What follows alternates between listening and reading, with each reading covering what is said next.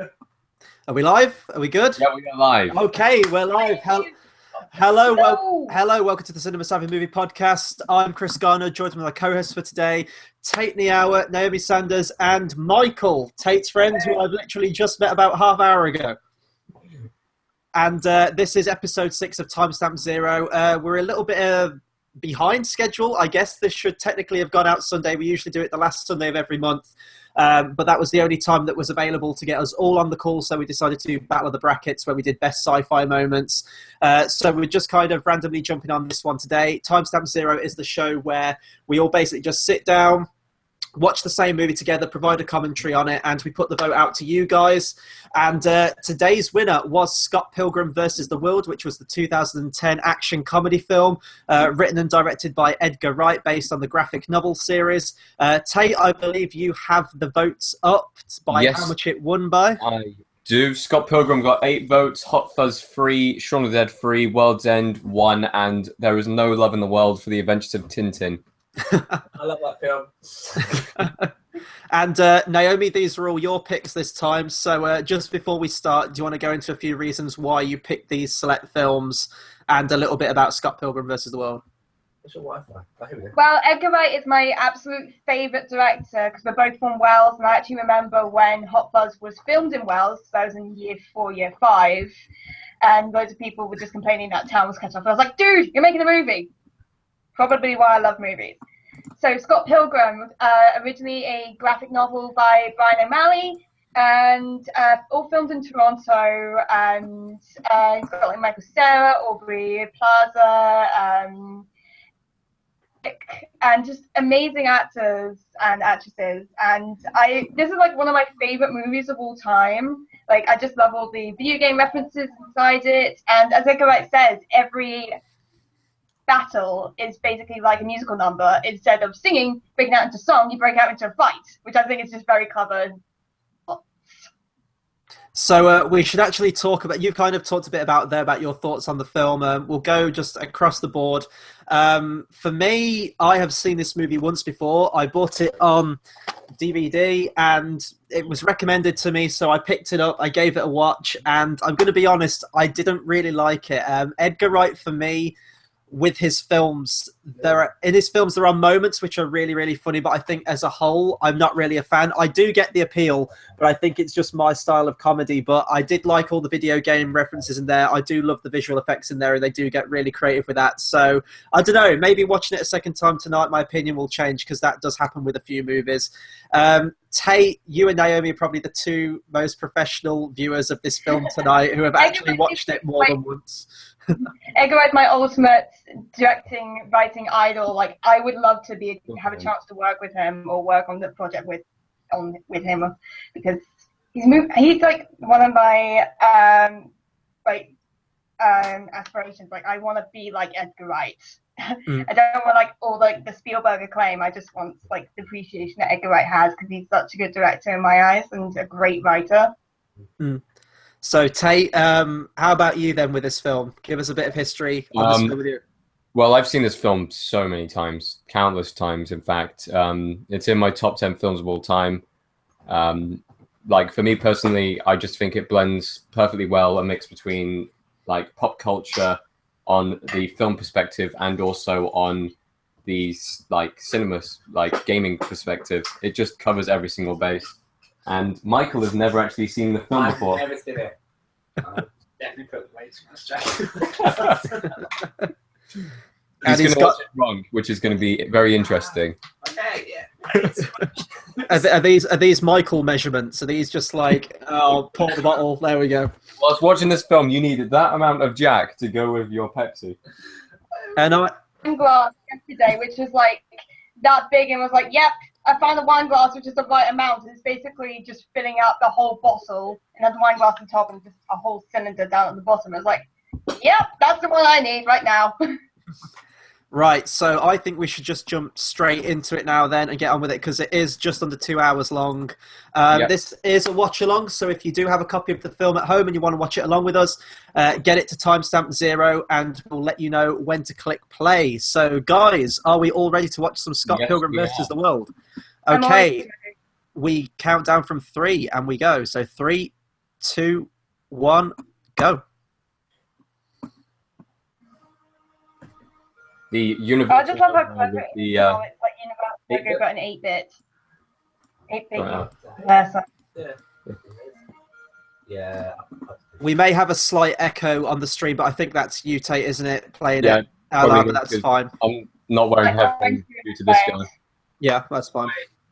I can get my headphones. Can we put that to you up? Mine Bluetooth. We can do both. You might be able to. If not, no, it's just this. But it's fine. So, Naomi, you talked about the graph.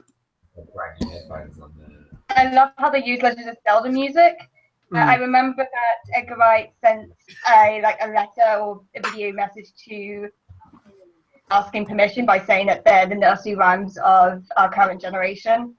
Awesome.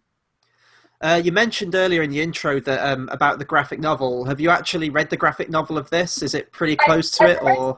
Yeah, I haven't actually picked up a copy. I've been meaning to, ever since I've watched the film.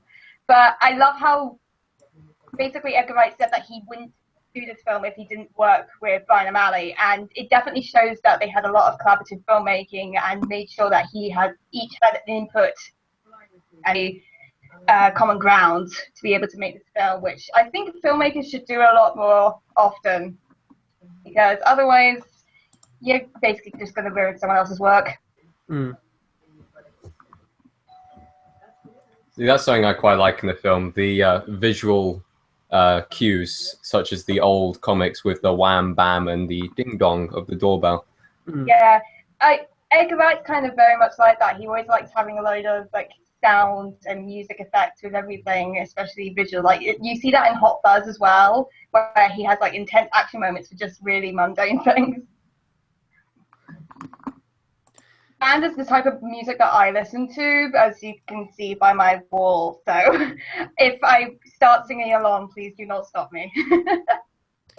So would you say that Edgar Wright, as a director, definitely has a unique style, or do you think he's pretty broad in terms of everything he makes? I think he does have a unique style, but I think it's mostly just inspired by other directors. He's the next gen director. So obviously he's watched a lot of Kubrick, Hitchcock, Spielberg, just taken and then made it his own and added some pieces of himself. So female drummer like me.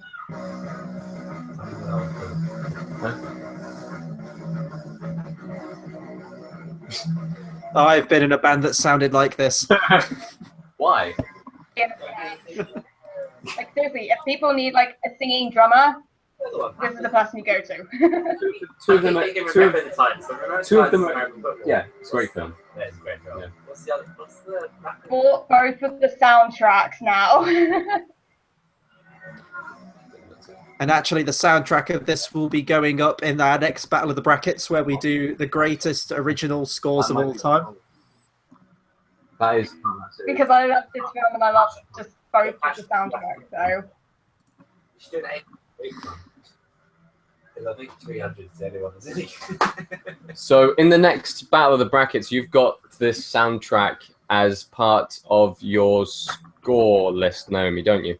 That's what I just said, Tate. Yeah. Here's the thing, though.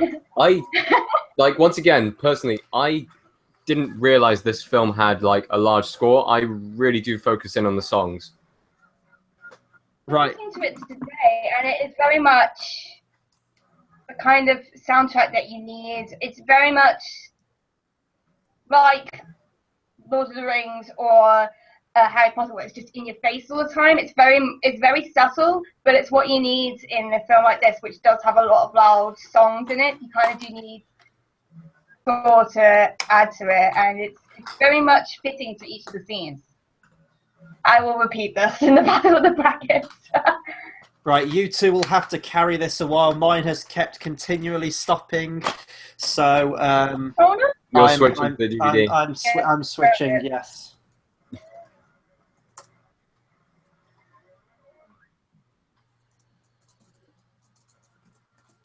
Now, something I like in this film as well are all the subtle hints. Now, I'm not going to spoil it for him because he hasn't actually seen it before, but there are so many subtle hints and foreshadowing, moments. I always just love Simon. Ryan's. Oh, She's always just the best.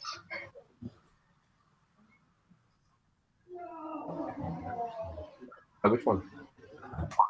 What, gingerhead one? Yeah. Who plays the gingerhead actress? Alison Pill. He's in a film I just watched. Who? See what she's been Oh, Wallace, he's the best character in this film. Aside from Ramona Flowers. I think you'll find the best character in this film is Chris Evans. Captain America himself. What? Was she? Are you sure? What, Transport 3? Yeah. Pretty sure it's her. No, it is not. It's not her, I don't No. think so. What's she been in? I recognise her. She has been in Midnight in Paris, Goon, Milk. Anna Kendrick. Go down to her filmography, let's have it. Sorry, we're going through on my computer. We're going through Alison Pill's filmography. Hail Caesar. And a lot. I haven't actually seen She was in Hail Caesar. Yeah, she was in Hail Caesar. Where is she? Yeah, she was the wife. I think it was the producer, yeah. Main character. I know. To be honest, this film was a large base for a lot of actors and actresses. I mean, Wait, she's in Law and Order. yeah, she's in That might Law, be worse. probably. At the yeah, moment, 'cause we've got we- Anna Kendrick on screen before she became stupid famous. Oscar now, Brie Larson. Oh, she's famous. Okay, Tate, I hate to be this guy, but can you tell me what time you are on We are your on video? 6 minutes, Cool. 54, 55, 56, 57, 58, 59, 7 minutes. Okay, so we've got the three characters talking amongst each other in front of the fence, right? What's that? Okay. They're now on a video game. Here we go, and they're like on Dance Dance Revolution. No, that's too far ahead. Oh, okay. We're going to have that game again. I'm going to be out of sync then by the looks of it, unfortunately. That's fine. I'm at Ninja Dance Revolution. Okay. They need to make this game in real life. I want to like make a Kickstarter for it or something. You guys are just going to have to keep giving the viewers and myself sync points then, because I'm going to be watching it on here That's fine. with no Everyone's volume. 7.5. I'm going to read the subtitles. Now, I'm not much of a gamer myself. I used to game a lot a few years ago. Now, I just never find I really have the time to do it or the passion or the drive. But I will say, you get me on a Dance Dance Revolution match, and I tear that shit up. I am just saying. Like, do a whole cinematography dance or something. Is that going to be just on your Christmas list then, Chris? You're going to have, oh yeah, I just want actually. I want an Yeah. actual Dance Dance Revolution machine. You can buy them. I know you can buy the Dance Dance. We used to have one for the PS2. Oh, no. Yeah, that's why I buy it. That's why I buy it. In terms of like large things that people want in their rooms, like some people want a pool table, some people want a jukebox, And or you want like a Dance Mountain Dance Dew Revolution. machine. I want Dance Dance Revolution. What format? I'll pick it up.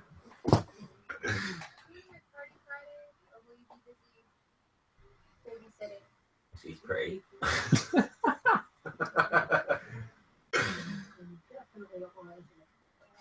So yeah, Brie Larson is now Captain Marvel. Do you reckon that was a good casting?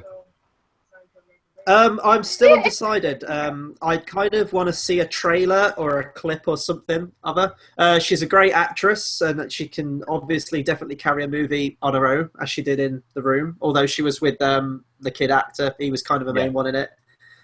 She wouldn't have been my first choice. I don't think she'd have been in my top 10 choices, in all honesty. But I'll wait and see. Clearly, Marvel know what they're doing. They're casting great talent in all of their films, so they must have a plan.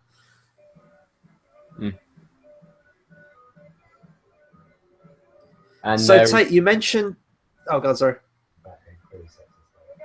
They're currently walking in the snow on mine. yes, they've just gone past Yep. the giant To, X in the snow, Scott. which is definitely not foreshadowing. And they're at the door. Spoiler! Oh yeah, keep the spoilers down to a minimum in this, seeing as we have a person who is. Yeah. You didn't put spoilers down anyway. Well, no, the whole point has been discussing the film. Yeah, but people might watch along with you. Well, for the first time. Yeah, they might. I think I own this. I just never watched it. I think it's one of those things I bought and then just never. So is Scott Pilgrim and his weird, trippy Ramona Flowers desert vision. She doesn't look super confident when I skate, does she? And we should also say as well that Scott Pilgrim's roommate is Macaulay Culkin's brother. Whose brother? Yeah. Macaulay Culkin. Macaulay. I see that. You know the Home Alone kid. As long as the mic picks up. He's Macaulay Culkin's brother. Which one? Him. Well, that guy. Yeah. He doesn't look like he's been on drugs at all. They tried to his girlfriend. Do you want some orange juice in that? It's really strong, man. Oh, that just looks like the library at uni here. You're putting like that much Jack Daniels. Just looks like the library Good soundtrack. And The Dream. Mary Elizabeth goddamn Winstead. Tate, me and you did a review on 10 Cloverfield Lane.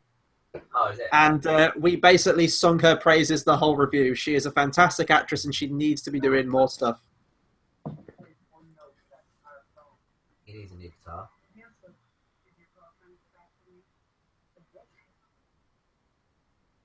So without going too much into spoilers, like Tate almost did a couple of minutes ago, Tate, earlier you mentioned that this is in your top 10 favourite movies ever made. Now, I know you're not a drinker, and this conversation should be saved over a glass of Jack Daniels or some other variety of whiskey, but is it by any chance that it's a bittersweet movie? Bittersweet. I'd say the alternate ending was. I haven't seen the alternate ending.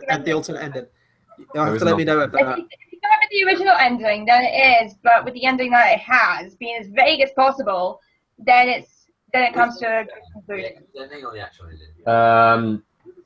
I liked both of them, but I do like the alternate ending quite well. Sometimes films make mistakes when they put deleted scenes. It's just like I preferred the alternate ending to How I Met Your Mother. Have you seen deleted scenes for Star Wars Force Awakens?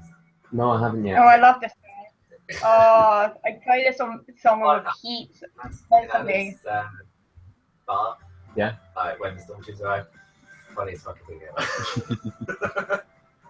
It's Han Solo, like, giving one-liners. It's brilliant. Do you know what? I want the entirety of the Han Solo movie to be Han Solo drunk throughout the entire thing. I just want loads and loads of smart comments. Yeah. Just loads of one-line smart comments. That's what I want. Yo! I love this film! What, who are you? Live streaming. Welcome! Hi, guys. If you want to sit Join down, the party. Come and join the party. You're very welcome. I need to eat. You can bring food in here. I'm gonna go teach her something. Okay. Do you not She want punched the highlight down. It's one step. One step. And maybe that if I'm taking a drink with me. That could be true. Is there any cider? No. There's not a lot of Jack Daniels there. Don't you love it when everyone just comes flooding in? Hey, Tate's family. It's all party here. Maybe I should get my course mates to come on at one time just to watch the film with everybody. I know that Tim, I'm not sure whether Tim's going to be watching this or not, but Tim, when we do meet up in person, you are coming on this podcast. Winky dudes! We all love Tim. Tim was great. Tim needs to come back. They need to come back. I think it was slightly better at Spell of the Brackets, let's say. The people have spoken and the people is me. He needs to come back. Yeah. Hashtag bring Tim back. Yeah. Hashtag Yes, the Tim start breaker. trending on Twitter now. Okay, back to the movie. One thing I want to talk about, because I know he's a very divisive actor. Michael Cera. What are our takes on him? As an I actor? love him. Him. I love him. I find him so sweet. I think he's very often compared to Jesse Eisenberg in that in every movie he's in, he kind of plays himself. Yeah. I was never a fan of his, and I think actually this was the first movie I ever saw Michael Cera in, and I really didn't care for him. And then, and I've recommended this TV show to you, Tate, Arrested Development, which was one of the first things I think he ever did when he was really young, and then they did a series a couple of years ago, so it's obviously his old stuff. And he's fantastic, and that type of character that he plays completely works in that, and he kind of won me over a little bit more. Out of the two, Michael Cera, Jesse Eisenberg, I think I prefer Jesse Eisenberg because I just like more films apart from Lex Luthor. That will forever be a black mark on his record. But yeah. That was the best. Dude, I'm just going to say it now. Michael Cera, Juno, Superbad, this film. Juno! All three of them are just phenomenal. What about This Is the End, though? Him and This Is the End. Yeah. Seriously, watch Superbad and watch Juno. They are brilliant films. I think one thing that put me off this film, and again, like I'll have to watch this again on my own, like I will do with Sunshine, because you can't really focus on it when you're doing one of these things. But it's very, very quick. Like all of the humor, it's so just sporadic and all over the place. And I guess that kind of matches the tone of the film because it is very kinetic. It is very zany. They have to get through 7 book material in one film, which is like trying to do The Hobbit in 3 films, but in reverse. Also, does it do like the whole kind of Lemony Snicket Serious Unfortunate Events thing where it condenses a lot down into one? I'm gonna say yes. Kind of, I would say. It manages to do a good job of conveying all of the generalized plot points that. And is this like an ongoing graphic novel series, or was it just like a set amount of issues? No, it ended about the time the movie came out. Right. Because I've seen the art style to it. When the first one was done, it just continued on as the film was being made.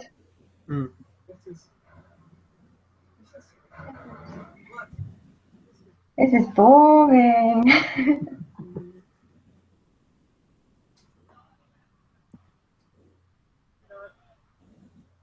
This is me waiting for my self-encoded parcel. Oh, I'm at the bit where he's hugging his girlfriend right now. That's a little bit ahead of me. Okay, let me know when they're in the clothes shop as the camera's panning to the right. Oh, you're going quicker than we are. Yeah. I'm at 17:45. You're going quicker by about... Okay, they're in the CD shop now. I'm on CDs. Now they're shop. in the clothes shop. Okay. All real places, I found out. Look at that. See, Chris? This is the effort that you... Look, this is you when you have no energy, and this is you when you have energy on Dance Dance Revolution. I'm telling you now. No, this is more when you play...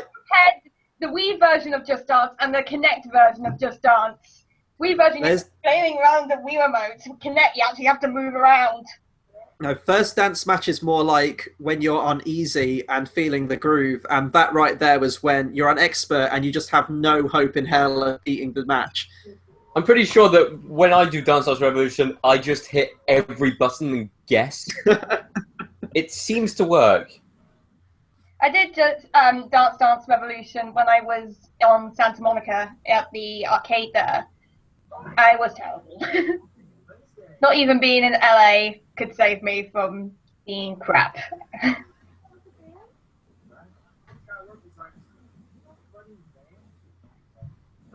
I need that shirt that Knives is wearing. I have so many band shirts that just needs to add to the collection.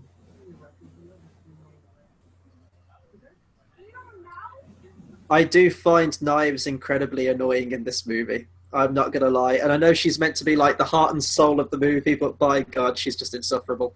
Annoying or adorable? Annoying, I would say, given out of the two. I have to pee due to boredom. To be honest, it does kind of... It's the difference between a 22-year-old and the 17-year-old girl who's in love with him. Yeah. Actually, very clever with this. They changed the set as they were filming, so this isn't like a jump cut or anything. This is like a full one-shot moment. Yeah. which I feel is just pinnacle of filmmaking, especially in this film. But they quickly just change everything. It's so weird seeing it like on the behind the scenes. Oh yeah, this is from Zelda as well. This music, it's like it's from Ocarina of Time. I really need to make a point of watching more DVD movie extras and behind the scenes. I've only really done it with the Hobbit films and Lord of the Rings. I always watched behind the scenes. I think it must have just fueled my passion to want to do filmmaking. Mm. Hi, I'm thinking about asking you out because I realized. Do you want to go out?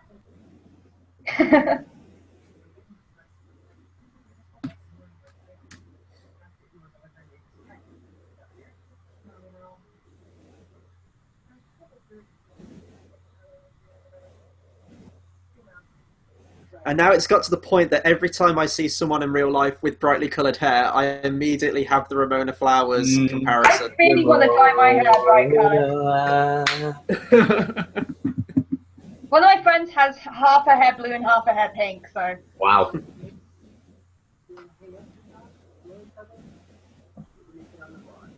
I really want to dye my hair either purple, red, or black.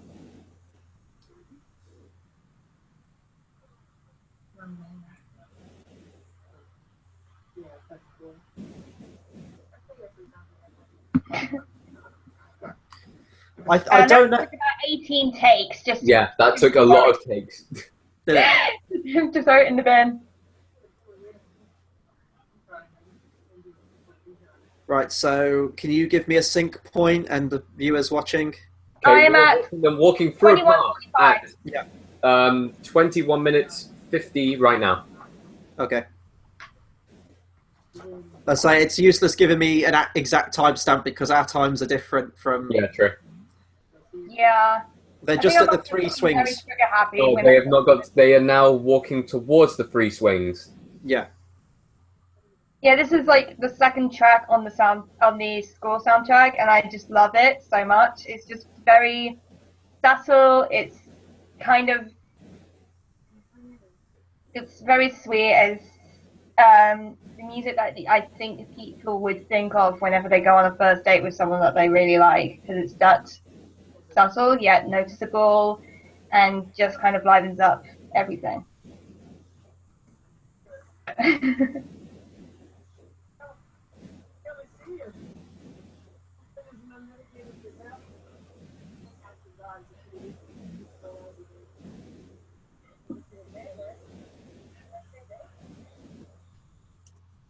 God damn, Ramona, why are you so cruel? She's just awesome. She's a badass. Yeah, she is. She reminds me a lot of sort of how she plays the character in this. And maybe if I watch it on my own, I won't see the comparison so much, but just watching it like now. Kate Winslet in Eternal Sunshine of the Spotless Mind. Yes.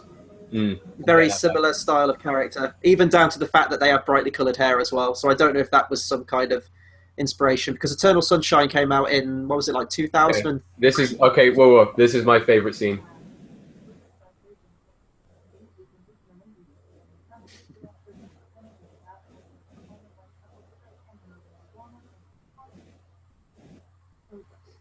She remembered that all without needing to look at it. Like, she memorized it all. Like, people were like, "Oh, do you want to read this off it thing?" And she's like, "Nope, I'm remembering it all." How long do you reckon that took to memorize? Probably about 5 minutes. Like, if I repeated it like about 5 minutes, then I would be able to get it like in one take. But at least if I tried.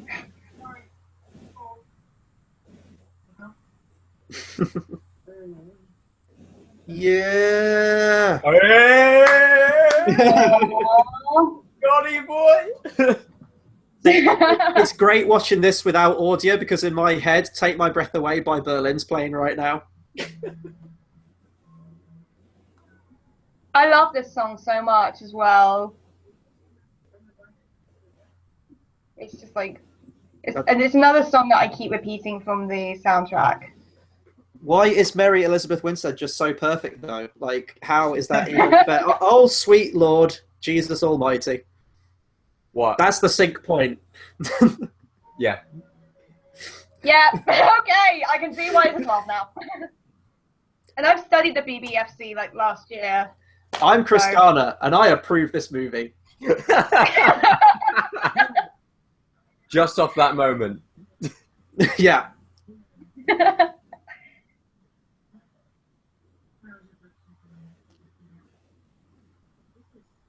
Yeah, never do sex on a first date. Very important. What is this? The cinema savvy dating tips?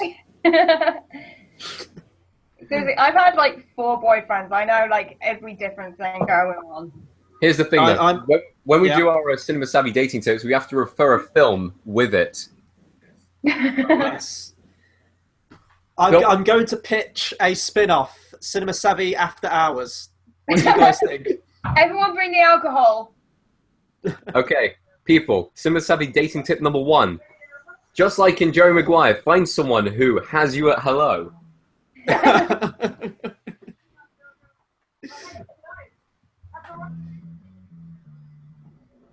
I'm actually really excited because I'm going to a gig in November at the Key Club, and I love the gig life, so buzzing. I have that t-shirt, and I have the wristbands. I should have wore it, shouldn't I? You should have. Like, I'm giving like a Ramona Flowers look today. This is I unintentional. genuinely have the wristbands Didn't and the know it's got t-shirt Pilgrim look. upstairs somewhere.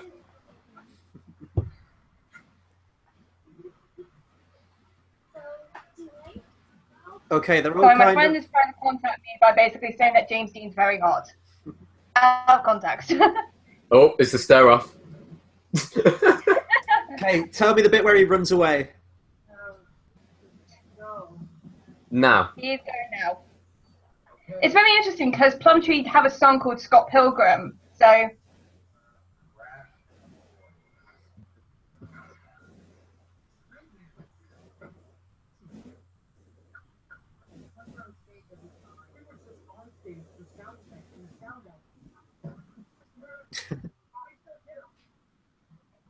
like, how do they even know that the sound guy hated them? You can usually tell by the expression on the face. They probably just had a very bad night, which is usual. Like, I work with a lot of people who want to do sound and film, and they're just never sleeping. I feel like I know that actor, the one that Macaulay Culkin's brother's hitting on with the glasses. Fun fact, all the bands featured in this film all have female drummers, so power to us women as female drummers. Yes. And that's the Green Goblin, right? From Amazing No, Spider-Man but 2. it is Fall Out Boy.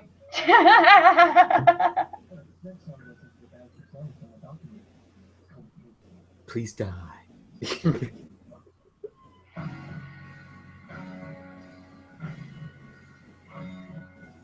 It's like there's a meme going around with long titles like we hate you, please die, and then if it's just really really long headline, people just add by Fall Out Boy. That bassist was just giving everyone the D. These are the jokes, folks. Musicians, everybody. Mhm. There's a pretty good song on the soundtrack, let's be honest. So Tate, as a kind of precursor to the next Battle of the Brackets with the soundtrack, are you picking up more on the soundtrack now and Naomi's pointing it out, or is it still very much kind of... I'm starting to pick up bits. It was just like I didn't remember there being a soundtrack because I didn't remember there being a score because the soundtrack was so memorable. Mm. Like that's very similar with Quentin Tarantino? and films like that. Like I went back through listening to the soundtracks and I listened to their scores and it was so different. That is I me don't- Escapes in November. Like, I'm a huge fan of them, but they don't have a huge fan base at the moment, so I'm just going to be like Knives, like, ah! Well, with Tarantino, none of his films except Hateful Eight actually have an original soundtrack. What about what's it called? Django. No, that was all pre-used music. Oh, okay. I believe Hateful Eight was his first one. That's why it was a big deal when he got Ennio Morricone. And I've got him as one of my main people in my bid for the best film score with The Good, the Bad, and the Ugly. Mm-hmm. Yeah, can you believe it was Hateful Eight that earned him his first Oscar, though? I mean... Yeah. I'm laying all my hopes on that to winning. And I don't know, Chris. I reckon I could take all your picks with just that film alone. Well, mine is all based on Pirates of the Caribbean, so...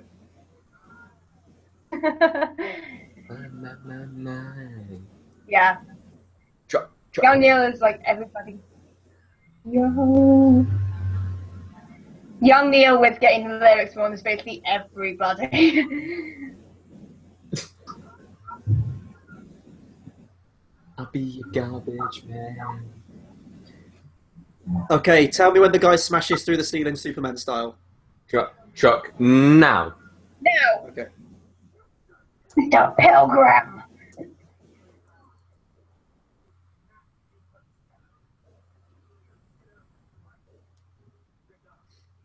And this is now where the film gets interesting for me because I love the visuals of this stuff. Yeah. Like I said, like musical numbers, but instead of breaking out the song, they break out into fights. This is one of the best Evil X fights, straight off the bat, not gonna lie. And I haven't seen The World's End, so I can't comment on the style of that, but this to me is where it's very, very different in style from stuff like Shaun of the Dead or Hot Fuzz. Yeah, well, World's End came out after this, so... And I mean, looking at all this stuff, and I know this is all very, very over the top and video game inspired and things like that, but it makes you wonder what Edgar Wright's Ant-Man would have looked like if that had gone ahead, and sort of the visuals of that. And I quite like Ant-Man. So did I. But they would definitely have been different styles, and that's kind of why I think he got rid of it, was creative differences. Marvel wanted a safe film, like pretty much in style like all their other ones, which makes sense if they're going to connect everything in the universe, but... if this had come out, say, back in the day when standalone superhero movies were still a thing, it would have been interesting to see, I think. Especially with the whole large world compared to Ant-Man's, world. It would have been great.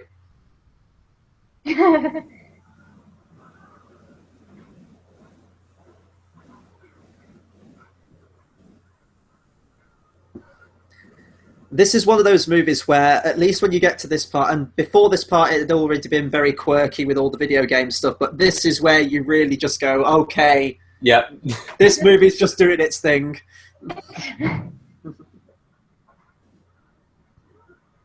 We're living in a universe where people have Superman powers and later on can summon monsters at a DJ desk. Whoa. Ouch. Oh, look at that footwork. That footwork, though. That footwork. Damn. He's totally a pirate. Are you a pirate? Pirates are in it. Jesus. I mean, he's giving me, like, Pete Wentz back in the 90s. He's reminded me of Prince. Have you been out with this guy? It's like Prince with sideburns. And then the fight stops for Ramona's, violin. Backstory. We need a violin playing, a very sad violin. So right now, this 2D hand-drawn sequence, this is what the art style's like from the comic. Yeah. Yeah, this is what the comics are like. This is all his art style. In fact, like, all the flip charts that they have is all with the style, which I really love. It makes me happy. Because I'm a total nerd. Let's just say that we never want to see a remake of this film. Yeah, if we will basically make a petition to never have this remake because it's just perfect as it is. Now the guy's singing. The guy is singing. With the glitter. The only musical number.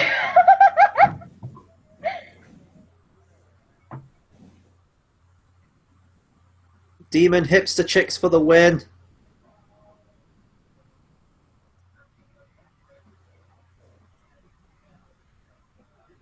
Not exactly the biggest fan of hipsters. But that's because I'm like on the other end of the alternative spectrum. So what can I say? Are we gonna like stop for the fact that he just like murdered like a whole bunch of people with fireballs there? Nah, because they were the rival band, so it's fine. Yeah, they were side characters. They don't matter. Doesn't even rhyme. So when you say that they mashed all the issues into one, I'm assuming each issue dealt with a different ex-boyfriend in each one. Yeah. Much, because I think there's like about 7. Correct me if I'm wrong, guys. In the Yeah, comments. there's 7. Yeah. Yeah. Well, 7 even actors, but I didn't know how many issues there were. Yeah. I think it's like between 7 or 10 issues. See, Queens. God damn it, Wallace.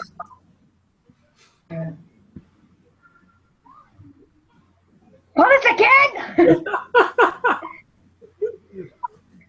Yeah, That's why I love Wallace. I'm a little ahead of you guys, I think. Yeah, you're about 10 seconds, maybe? Yeah. People watching at home who have been watching it from the start, we are at 35... Oh, wait, we were on 36 exactly. I'm at 36 now. So they're now on the bus. Yep. A little bit of explanation needed. Thank you, Ramona.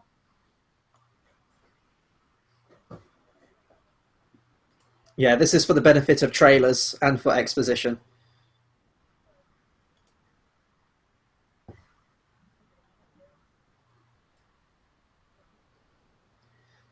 So has anyone met a significant other with so many evil exes in their lives, or is that just in the land of fiction? 3 more, and I'll be Ramona Here's the Trudy. question. What TV show is it taking the piss out of here? I cannot... Probably just every sitcom ever. Yeah, I think it's just the trope of it, isn't it, with the live studio audience? Okay, so Woo! here's at the scene where he's just walked into the cupboard now and he's coming out now. Change clothes. Maybe first and a half.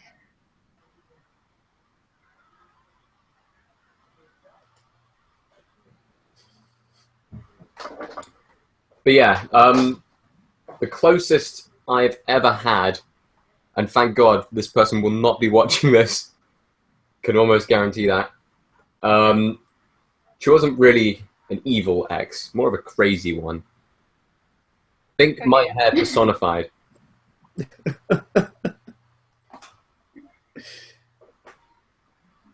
I think the worst that I've had is one guy asked me out, I think back in year 8, second. He asked me out at the school disco and then dumped me the next day. Do you know what? No, that is classic secondary school, man. Yeah, and he didn't tell me. He told his other friends, who then, like, everybody in the school knew apart from me.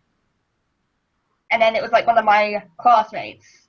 Hey, look, it's Brie Larson. Like, fuck that. This is like one of the first things they shot. I was like, I really want to see this movie with Chris Evans in that it's showing right here because it looks fucking awesome. It's like phone booth. You know, Chris He's Evans is a opposite big of enough Captain star now America. to be able to film all of those movies. Yeah. So good.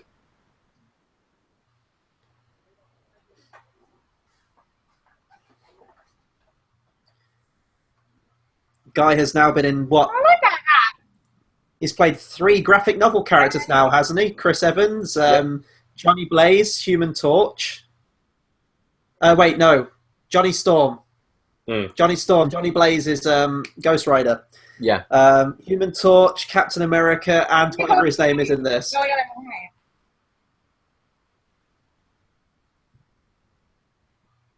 Okay, so Scott has just broken up with Michael Jackson. knives. Scott has I haven't got that yet. He's knives.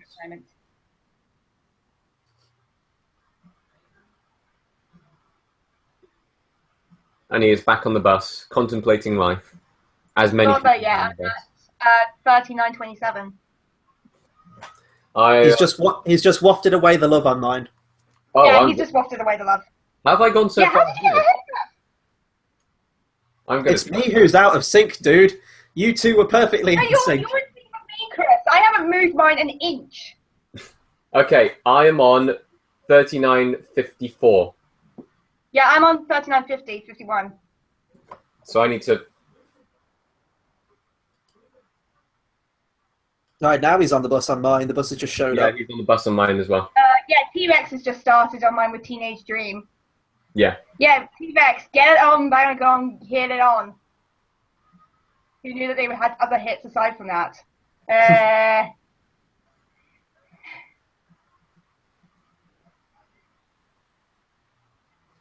See, now with all the heartbreak in his life, this is where they need to go like unplugged and go through like the mid-90s slow ballady grunge kind of stuff. Where that's everything Sorry, sucks. Chris, we don't all live in the 80s. I'm sorry. We all should. It was the greatest decade ever. You get those headphones from the 80s, mate? There are other music outside of the 80s. And actually some going on still. Hopelessly nostalgic for a decade I never even grew up in. That's kind of sad. I use that too often. You know what? Bitched.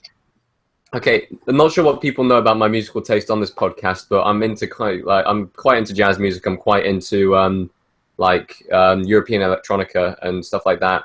Calm, relaxing music. A person came up to me in town the other day, and I got his mixtape. And do you want to know? It's rap, but the album is called Bars in the Shoebox. The hair is blue.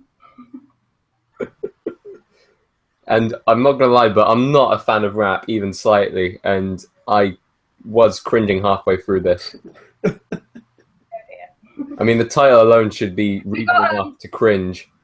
Especially seeing as the first song he has an overlay of the music going, oh yeah, this is the long-awaited Bars in the Shoebox. I'm like, long-awaited? Soon to be world famous.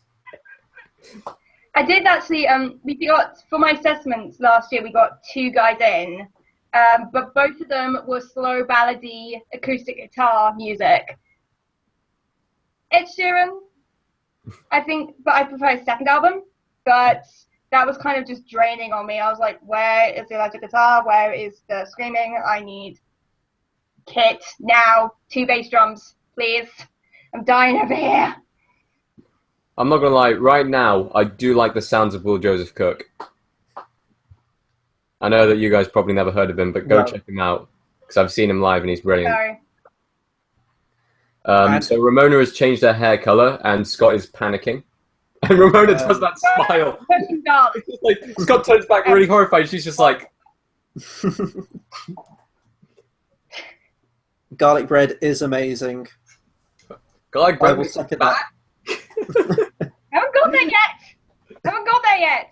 15 minutes later, I've got to. Yeah, 30 minutes later now, and he's playing guitar. I'm on the 30 minutes. I'm on the Ramona song. Somehow people are faster than me. What the hell? F sharp. That's an E. Yeah. That's an A minor. Brain makes you fat. That's a C. And I don't know what that is. I haven't got there yet. Where are you guys? I'm at He's singing Ramona. He's singing Ramona. Yeah, I'm 3:30. Start Ramona. I've just finished Ramona. Mary Elizabeth Goddamn Winstead. I'm just going to say that. Put a full stop after that shit. Well, other guys keep going on about Emma Watson. I'm glad to hear someone else for a change. It's like, love me, please. Okay, so Scott Pilgrim is talking about his last haircut now. Well, it's been narrated. No, I haven't got that. The hair is shaggy. Hair is shaggy. I think me and Chris are in the same place. Yeah. Yeah, I'm wondering how you got there, because I haven't moved mine an inch. Move it up a little bit. Oh, dang it. I got too far. It was brutal. Yeah. We're at exactly the same part now, Tate. Yeah. Where are you? I've just got mine going, loving me some walking. I'm just going to stop it there until you guys get there. I just like how he just walks off screen. He's got a hat on already. Did they jump cut that, or did they? Well, did he actually have a hat put on? I think he probably put it on. That's what I mean. This film is just so... It's so quick, and I think that could put some people off. I think that's what put me off first time. Oh, I think it's coming up to one of my favourite bits.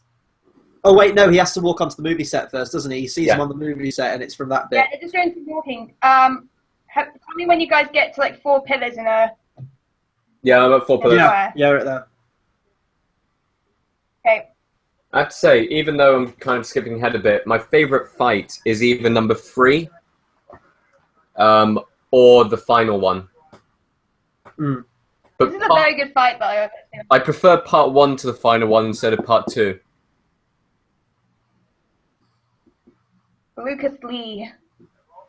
I think this one or God, what's his name? Brandon Routh. I think it's either him or Chris Evans that are my favourite fights. We've got Captain America or Superman. Time action with music. It just makes me happy. Like with Pirates of the Caribbean, when they do the sword fighting, it's just all in time with music, and it just makes me so happy. Action. Yeah, Edgar Wright just goes go because it's very quick, and I think I might take that up. I'm sorry, but this film, who wouldn't want to see it? I know, right? It looks so good. Hey, I'm talking to you. It's like a cheesy 80s action movie with like a kind of Tom Cruise as the lead. No, Hermione. What's up? Oh, shit. Boom. Oh, thrown into the castle. Ouch! That's gonna hurt. Would this actually be great if this was in continuity with Marvel and that is actually Captain America with the super strength serum? And he, for some strange reason, doesn't like... Does that make Scott Pilgrim Crossbones? No, he got killed off in like the first 5 minutes, remember? Spoiler alert for Captain America Civil War. Cinematic universe or Marvel comic universe?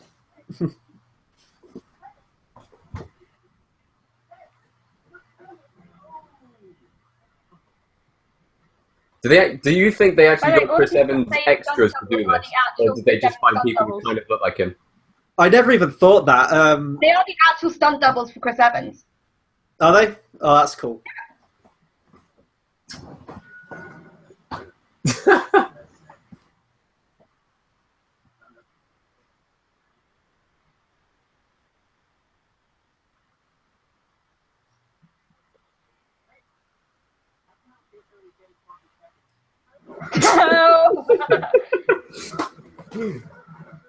Like actually, they did a test screening for that, and Edgar Wright said that line, and it's just brilliant. Disney, I think Edgar Wright should do a little bit of acting because he's filled in for some parts, and it's just like, yes. Like in Hot Fuzz, he filled in for the Annette's Sergeant Angel's coming to your shop. Nice ass though. God, they're just giving him the just working him out. Yeah. Yeah, I'll get a coffee. I'll take another tea, please. See, I want to know what was on that text, which makes him go, "That was hilarious." Probably like, you're doing much better than you were in Fantastic Four, but at least it's not Fantastic. He was decent in Fantastic Four. I thought it was probably one of the best things in that movie. What? Which one? The first one or Silver Surfer? Both. You like Silver Surfer? Actually, I don't like the movie, but I think everyone except Jessica Alba was pretty decent in that movie, and apart from Victor Von Doom, I guess as well. So three of the four were good. Well, to be fair, is Jessica Alba ever good? No. Exactly.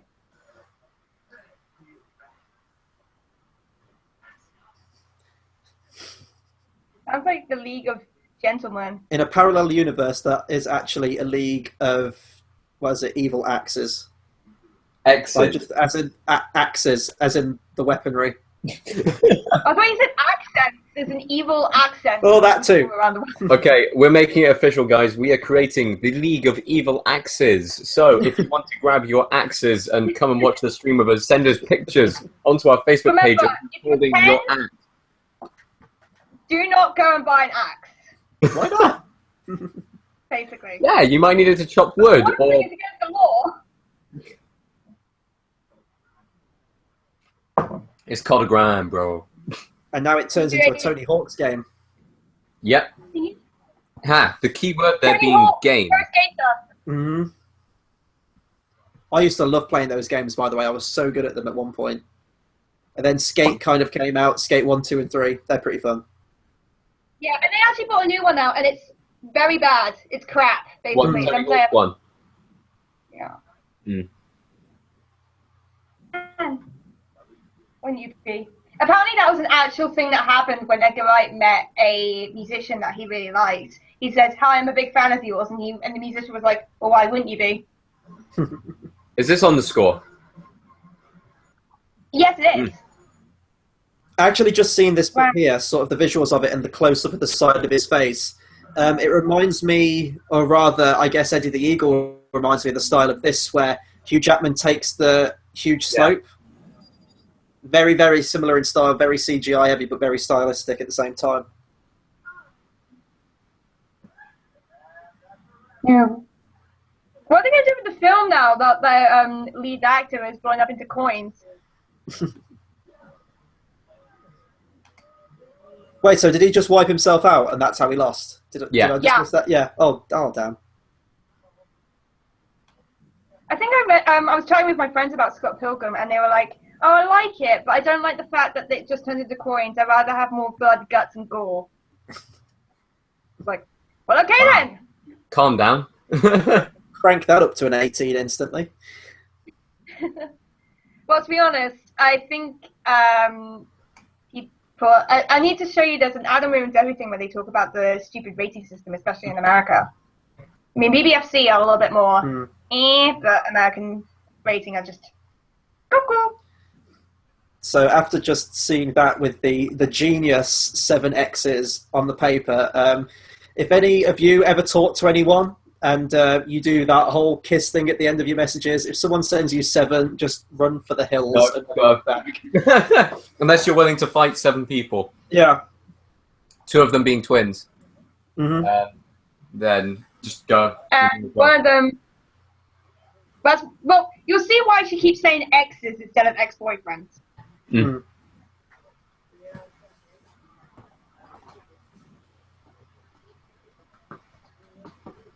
A bastard Wallace can be, but you just gotta love him. So I'm on the part where he's on the phone to... Ooh, it's Envy. To Envy Adams, his ex. AKA Brie Larson, now Oscar winner.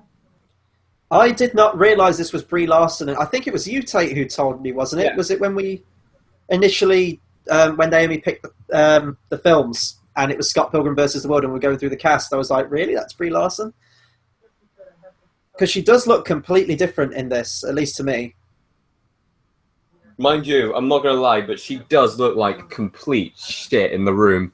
Yeah, she does. Like, She kind of does. there is a She reason reminds me for that. of the look of Taylor Momsen from The Pretty Reckless. But I mean, she's meant to, isn't she, in the room? That's the whole point of it. They did a good job of toning down the makeup a lot. Mm.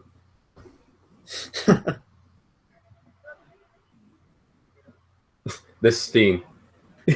It's the fact that he reaches in to get the coat. I love That was just genius. Yeah.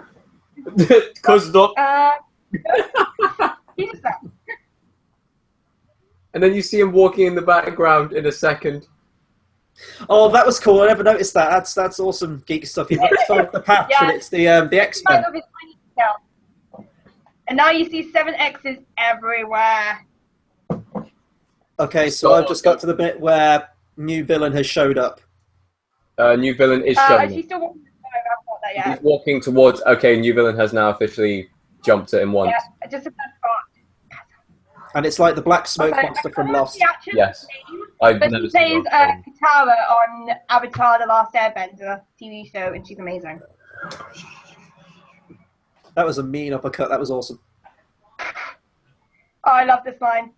You punched me in the boob! Prepare to die, obviously. What other films has she been in? See, I'm starting to recognize. a lot She's of been cast in members. First to be a Wallflower. Ah. Brain! She's rocking the Harley Quinn style haircut. Rocking Harley Quinn before Harley Quinn took it.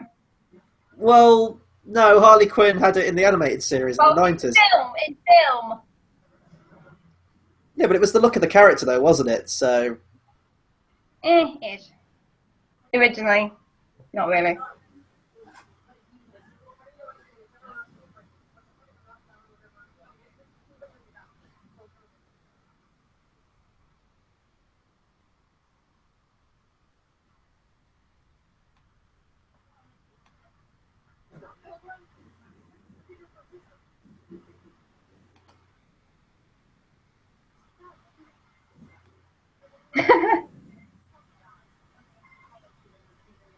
Are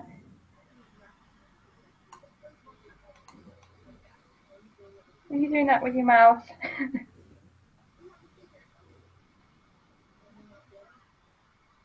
Well, that's the same order my sister keeps getting at Starbucks.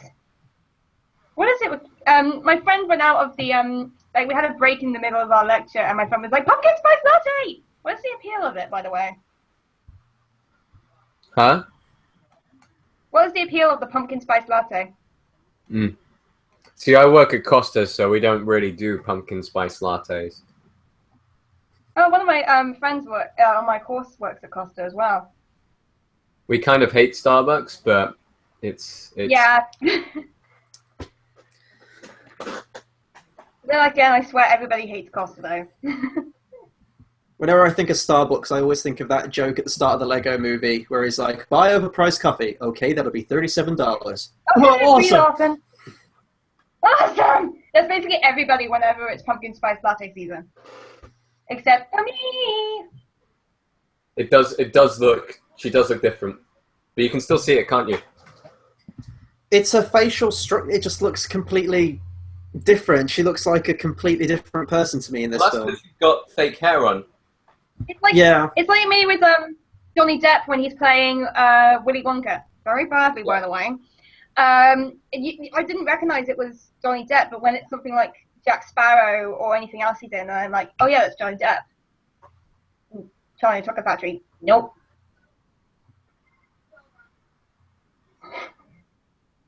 The Infinite Sadness. It sounds like a emo album's debut. So he's just walking with Ramona at the minute on mine. They both got a coffee. Yep, same.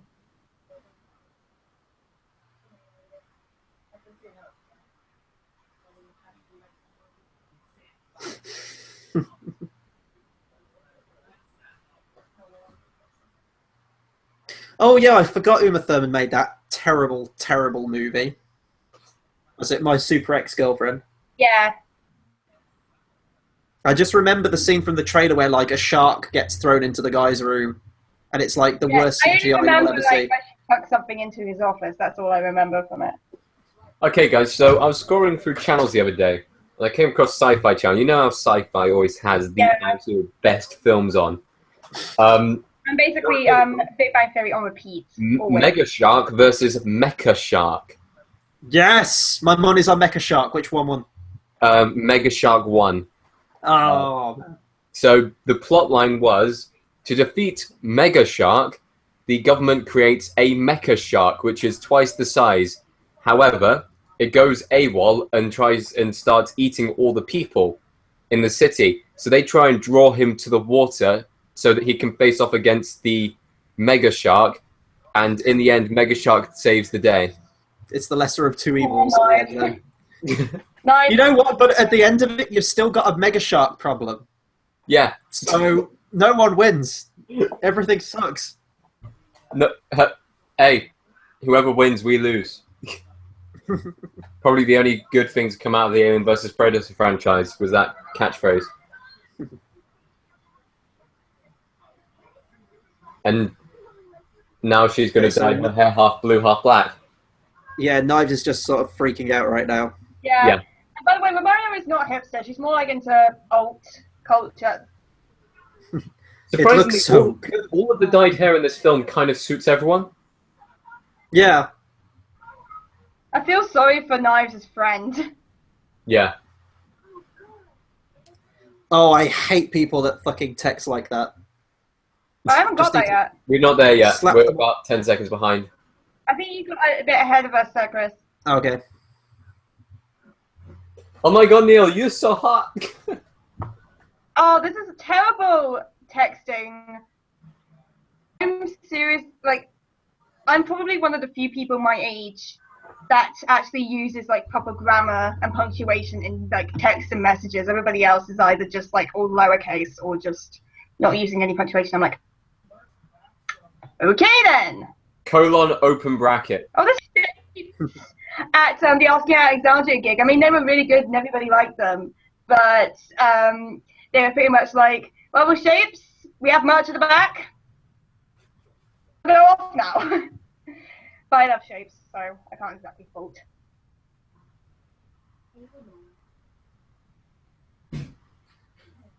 I'm sure that there is some kind of message being sent here with Ramona being full blue hair and Knives being half and half. Yeah. I'm sure there's a message in there somewhere.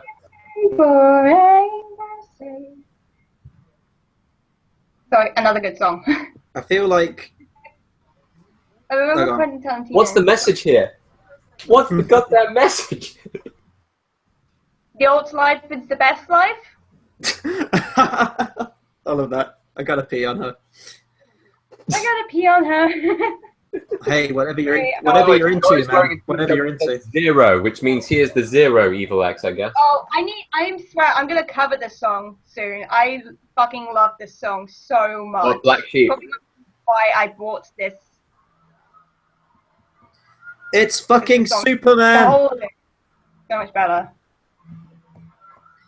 Yeah, And this is my actually, favorite. This is my favorite. sorry, part. Brand- Who's Superman in?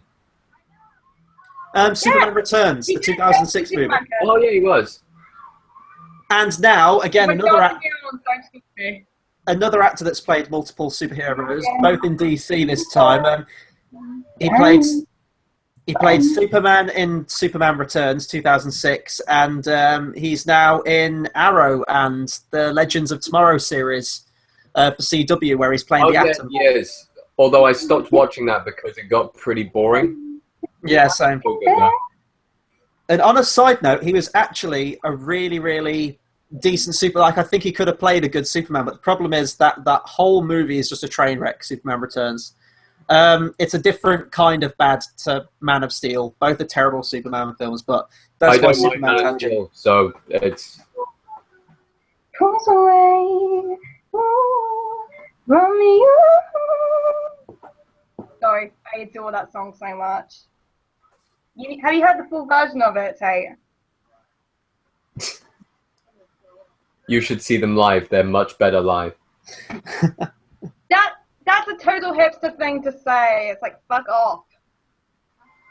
Tell me when we get to the Knives emoji face. I'm almost here. Wait. Now. Okay. Now. Here we go. This is my favorite battle. It is.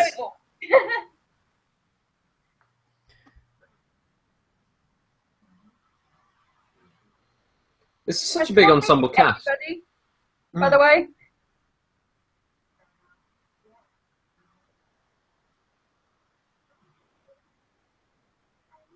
Glare.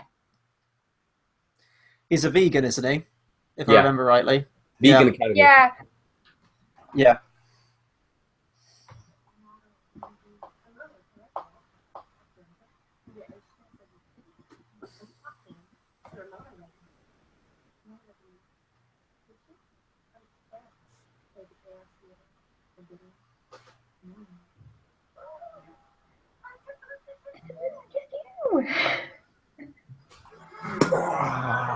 Oh. And one of the Boom. best lines of the film. But I think that there's zeros if he's yet. I'm sorry, but she deserved that the whole movie. Punch So the I'm, highlights out of her hair. I'm on Team Brandon Routh on this one. He really doesn't. See, look, she's fine. They're carrying her out. She's fine. Minus highlights. Minus highlights, of course. You cocky cock! Probably one of the most artistic and one of my favourite shots of the film where he's being lifted like up. a very strict vegan.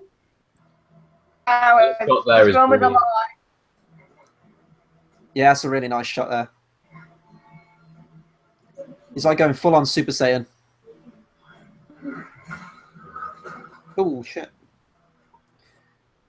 This film likes its it's like comic strip panels, doesn't it? The split camera, split screen. Yeah. Pretty much.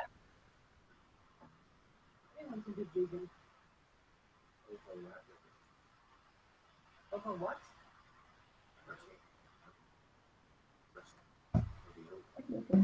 The young with the face. Oh no, it's a vegan Nazi. I was wondering, how does not even dairy products get such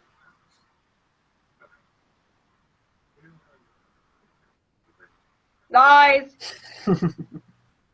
It's a common myth. People keep saying, "Oh yeah, you only use 10% of your brain." No, we always use like about 100, or pretty much all the percentage of our brain. It's something closer to 80% that we use, but yeah, it is a common misconception. So yeah, the film Lucy shouldn't even exist. Our brain is fully active at all times. It's just that we only use it on certain percentages in certain areas, and some areas use it more, some areas use it less. Now we're on to more comic book panels. Oh, poor Lucas, no! He kicked a cat, and then he punched a hole in the moon. What a kid. Oh, I want a guy who can punch a hole in the moon for me. On a completely just tangential thing with the whole punching through the moon. If any of you have played DC's Injustice Gods Among Us, General Zod's finisher is punching whoever through the moon. Just saying. I thought you were going to talk about the original sci-fi film.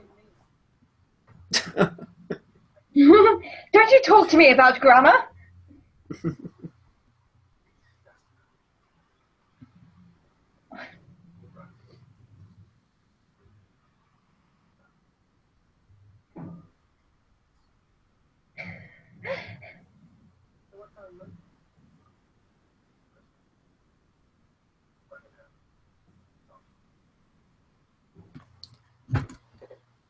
See, like, to me, watching this film, there's only a few moments where I'm actually laughing out loud, and they're mostly sort of like the physical humour. Maybe that's just my style, like the bit where he jumped out the window earlier to avoid knives and then reached in to get his coat. Yeah. It's not really the dialogue that makes me laugh in this movie. Oh, I love this battle. I love the space battle. Space battle! I'm a little bit of the opposite because I'm more of a verbal humour. I'm very much rooted in like Blackadder and Red Dwarf. Oh, same, yeah. I'm not exactly physical comedy or like I pretty much hate like gross out humour. So space battle. No, Blackadder's one of my favourite comedy series. I just think this is on the score. This is why I put this on as my favourite. This space battle is the reason why I love the soundtrack so much.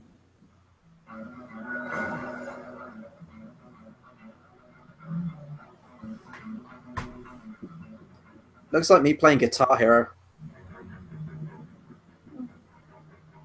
This is not the Tom Morello battle. Sorry, this space battle is just giving me life.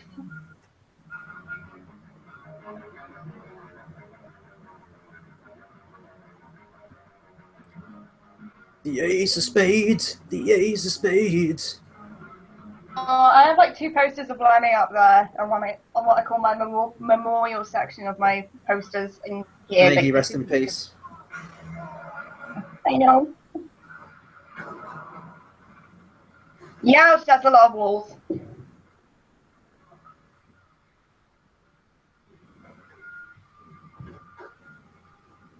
How'd you get that so quickly?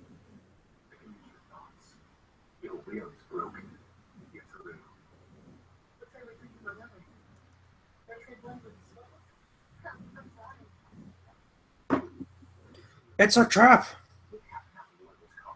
It's a trap.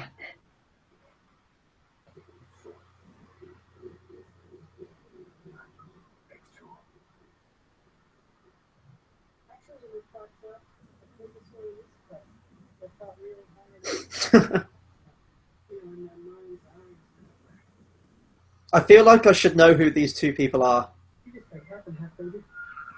Ooh. This is another film spin-off we could have, The Vegan Police. Yes. Well, this is better than the Fashion Police.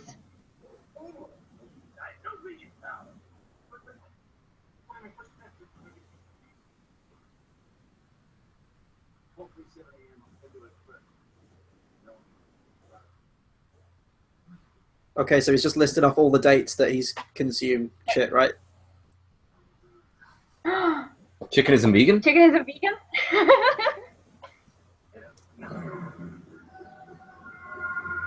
It's kind of cool how it's green as well, like kryptonite. Yeah. I don't know if that was intentional or not, but that was pretty funny. Oh, that CGI on his hair is awful. Oh, the hair.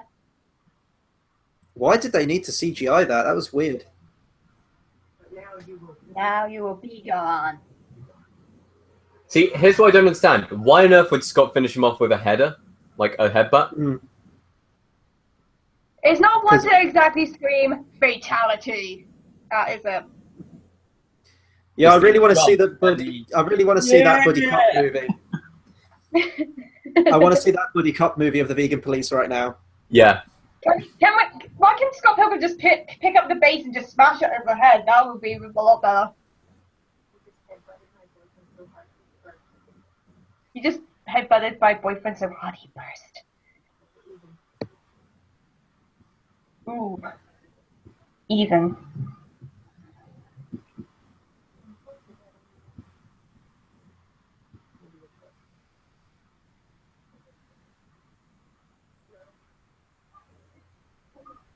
See, here's something that I would have liked from this film. I would have wanted maybe, because we don't see Envy or Natalie throughout the entire rest of the film, and that was a really nice character moment between the two of them. Mm. It would have been nice to see her later on in the film as well. Yeah, maybe Yeah. she could have appeared at the final battle at all, or maybe like be like an extra character or something in the battle or something. I don't know. But it's the whole thing about Scott basically helping her re-identify herself as the person who she was before she became famous. And yet that's never really touched upon. And that's my problem with this film. Like, when it does slow down and it does devote time to character, it's really, really good. It's mostly with Scott Pilgrim and Ramona, obviously, and like the swings and moments like that. But yeah, that was a nice moment. Yeah. But I guess you run into the problem of that when you condense. I mean, most people find problems with Citizen Kane, and they say it's the greatest movie ever. Mm. For me, Citizen Kane is more like what it did for cinema rather than the movie itself. Yeah. But I do like Citizen Kane. Although I do like the movie. I love this movie. And I love what it did for cinema. Yeah, I adore this movie. Yeah, have you noticed that Scott is always surrounded by Zero, as in, like, he's not the evil X yet, so Zero. Mm.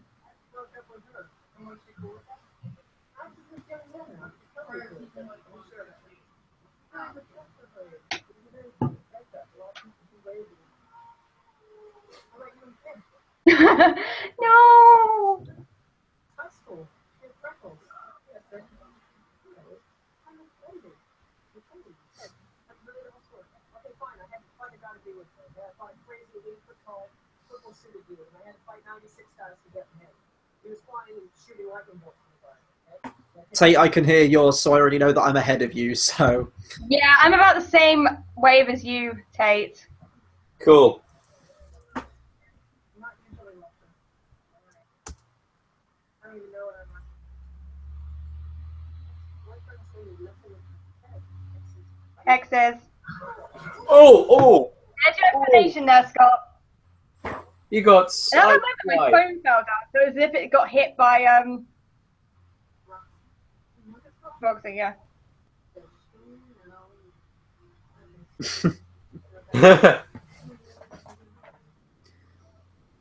fan fiction, go right. It's the no clue gets it thing. Just a face! You got a sexy face?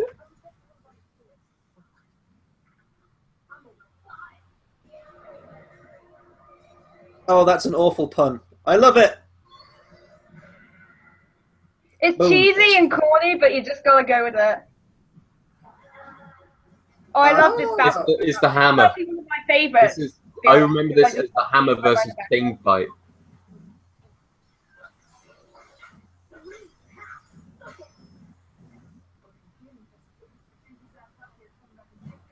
I know Oh my God. Sonic isn't, but this is definitely. She is Harley Quinn.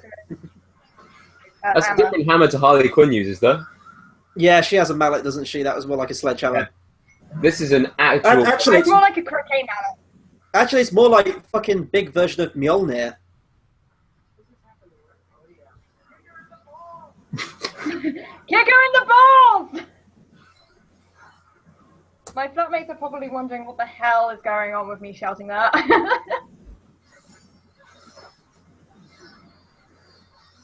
I'd actually really like to see the behind the scenes of this and how they did most of these fight scenes, because they are really awesome.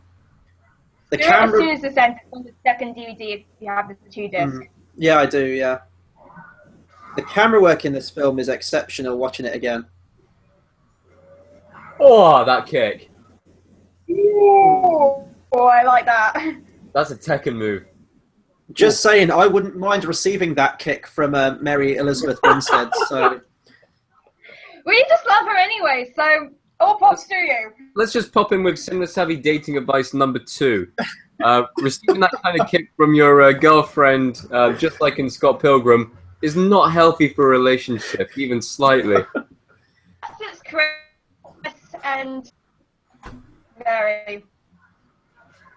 Hey, Mary, if you're listening, you know what's up.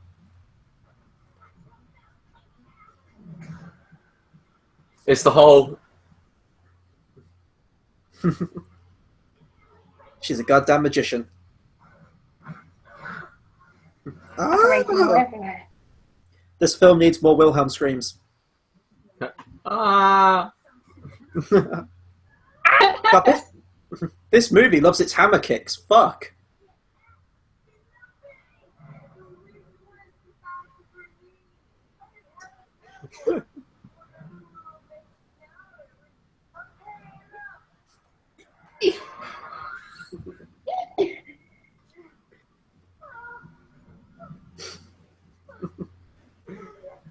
You know there's a fourth hole there. I haven't watched Family Guy in ages, but I don't know why that joke... And when you have sex, it breaks the hymen. Cinema Savvy dating advice number 3. It's Scott Pilgrim. What's the knee? Tate, please turn this into like a... When you do it, guys. I'll turn it into a Please. series, guys. Yeah, I was going to say, turn it into like a Twitter handle or something, just like an ongoing... Oh, man. You know what? I'm going to go to the DVD case downstairs. I'm going to look through them, and I'm going to go with dating advice. Go through each one.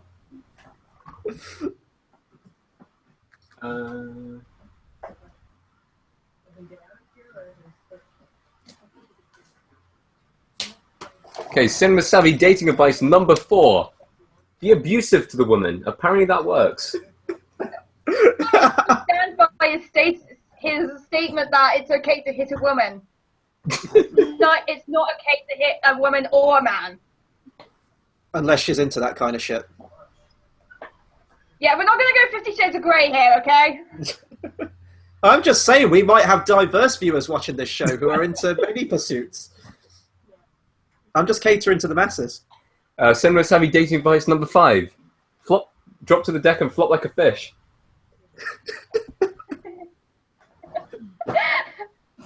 I can confirm that doesn't work, just saying. Little Mermaid. If we're going with dating advice from Little Mermaid, darling, it's better down where it's wetter, take it from me. Don't underestimate the importance of the body language. And also, basically, we're going to go with dating advice number 6 now. This is for the any female viewers out there. Make him run into your knife a couple of times. He had it coming. He had it coming all along. That's a lot of coming. That hopefully needs 4 exclamation marks. Okay, dating advice number 7. Being hairy isn't always a bad thing. I Are we watching a film or have we just made up our own show now? don't know. I've enjoyed this too much. We just need to get loads of film. Okay. Spinal Tap. If you get lost backstage, it's completely normal. If it's longer than like about 2 minutes, though, you're fucked. Wait, how is that? How is that dating advice? Well, you could get lost in places, especially if the girl says 5 more minutes and it turns into 15 more minutes. Oh, Okay, we got Amp versus Amp on screen at the moment, yeah. and Ramona's changed her hair to green. Oh, it's Jason Schwartzman, and he takes my heart. Seriously, Jason Schwartzman just... Okay, actually, this is what I think my favourite fight is. It's certainly the most creative visually. Oh, it's good. And it's also my favourite Sex Bomb song. I love Threshold so much. Like, if I had a band, this would be like one of the cover songs we would cover. So he's just playing the first note on mine. He is playing the first I haven't got that yet. now. Can you hear it? So I Or? have those crossed. Yeah. Okay, can we do this?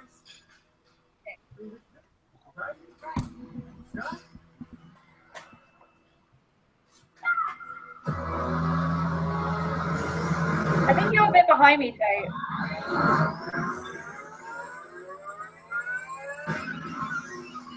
How I feel whenever there's like loud music and the bass is just pumping from the lounge, the SU bar, because it's like right outside my window.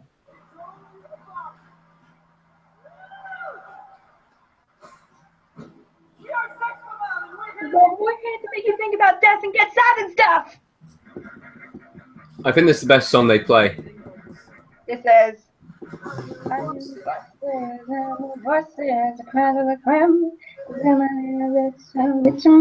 to say it. I hate every single song they play in this movie because it's so not my kind of music at all in any way. Blasphemous. The truth. The shade of it all. Oh, I love this. I love that so much. Yeah, this is on the soundtrack because the other one just has Threshold on its own, but the score one has this put together as it's shown in the film. I love those visuals on the dragons.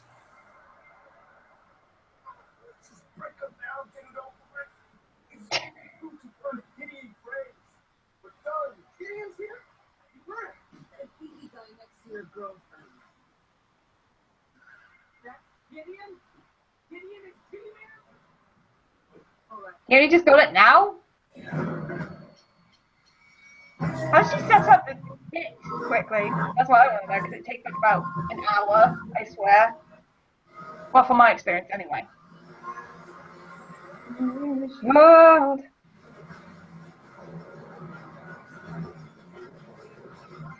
So we've just got a little over 20 minutes left on this movie. That's gone really, really quick.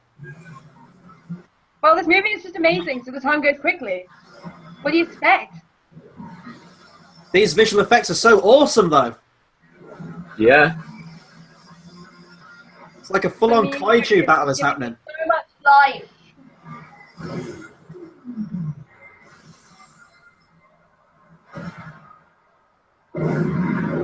Get up to high score.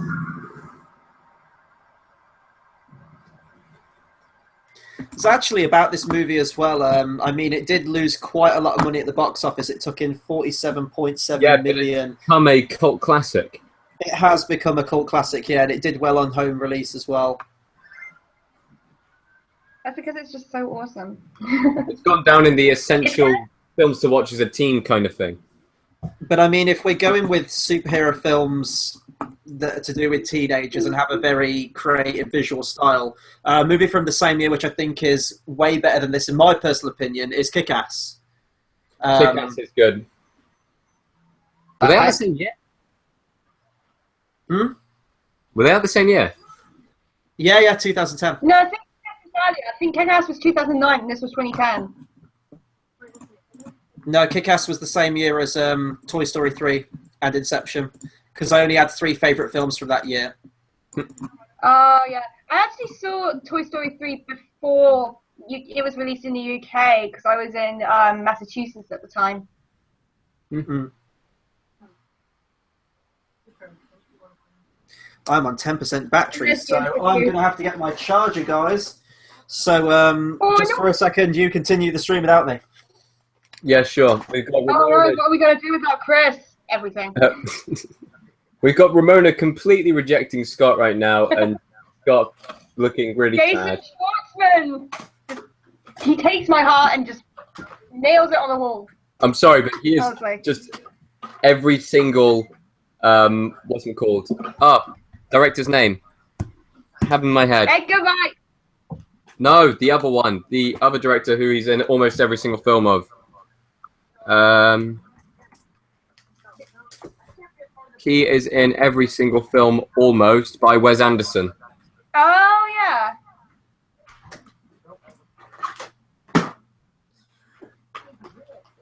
Jason Schwartzman's also in Saving Mr. Banks. He's one of the Sherman brothers. Mm.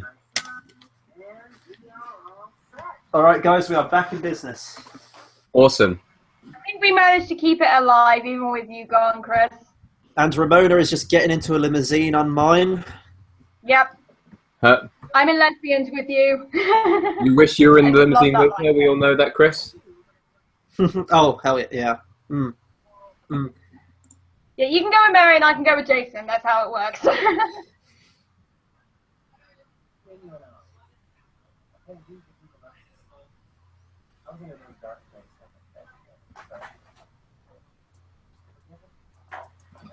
I think the best back-of-the-seat limousine romance scene I've ever seen is in a film called Hot Shots Part 2, if any of you have seen that film. No. Great spoof movie. Really, really funny spoof movie, and there's a great scene in that involving the limousine.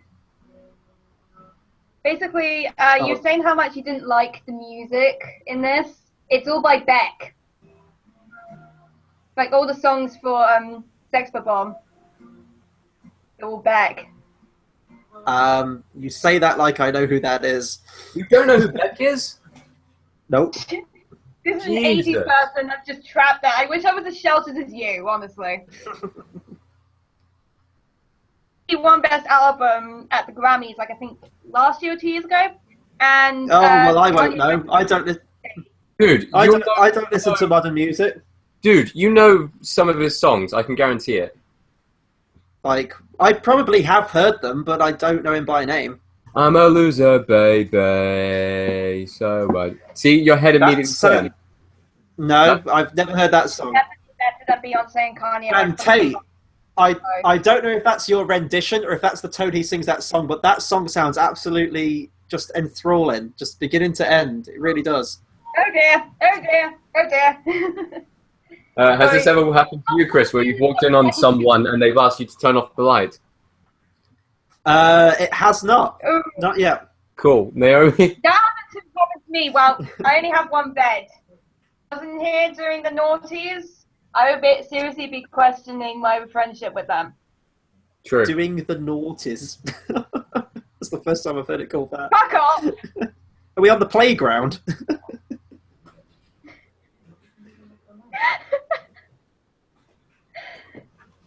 Okay, guys.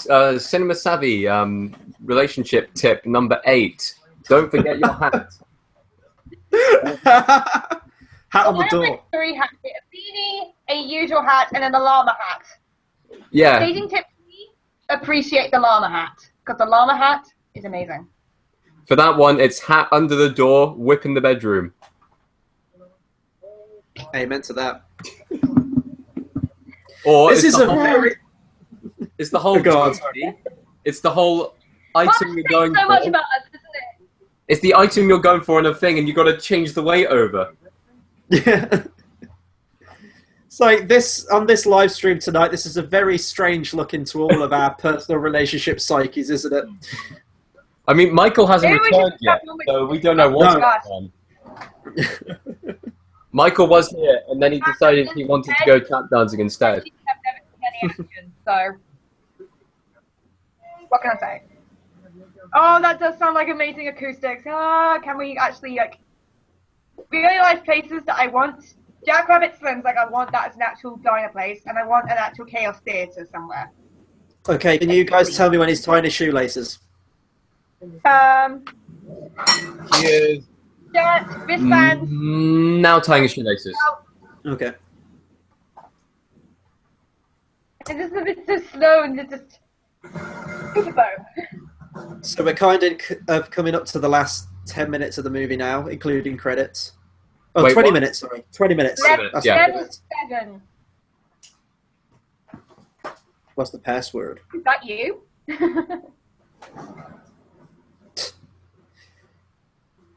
Sorry, person from Black Veil Brides.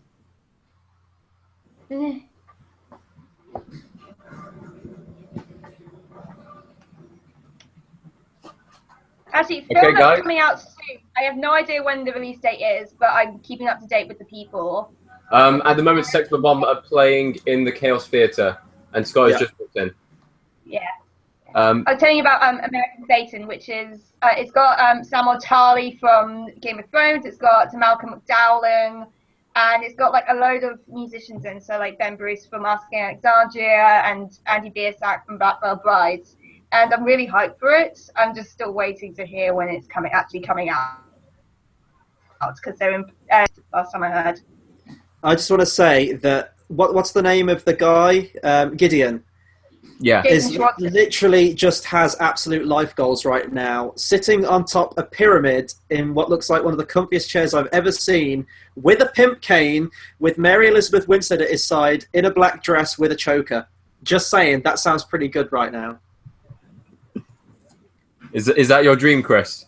That is the dream right there. Nothing can get better than that. I have a choker. What are you saying? Yeah, but the question is, are you Mary Elizabeth Winstead? And are you sat? Yeah, that's No. exactly. Are you sat on the top of a pyramid with him? Okay, guys, we're going to go to dating tip number 9. Don't get too overprotective. Full of love. Also, don't use this dialogue. You're so beautiful. It's only because I'm so in love. No, it's because I'm so in love with you. So love has blinded you? That dialogue in that movie is all glorious. I don't know what you're talking about. It's fantastic. It's achieves are so shit that it's good. Money and sell out and stuff. Ninjas. Flaming swords. He earned the power of love. It's the love sword of flamingness. His love is flaming right now. He's wielding Lightbringer, which Stannis should have wielded in Game of Thrones, but it's funny how things turn out. Does this mean that Clegane Bowl is confirmed? Yes. Or can you imagine if Clegane Bowl looks like this? Just everyone turns into coins. Why is everyone turning into coins? Don't care. It's just the film. Just roll with it. Hang on, isn't that Kane very much like George's I was thinking that. voice? Yeah. You might have to steal that if you want your dream. Why does that look like Skeletor's face on the end of it, though? Hey, man! Hail Hydra!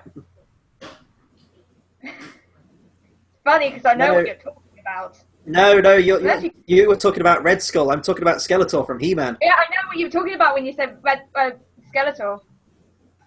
You said Hail Hydra. I know, but that's what I immediately thought, but then you said Skeletor and I knew it. Okay.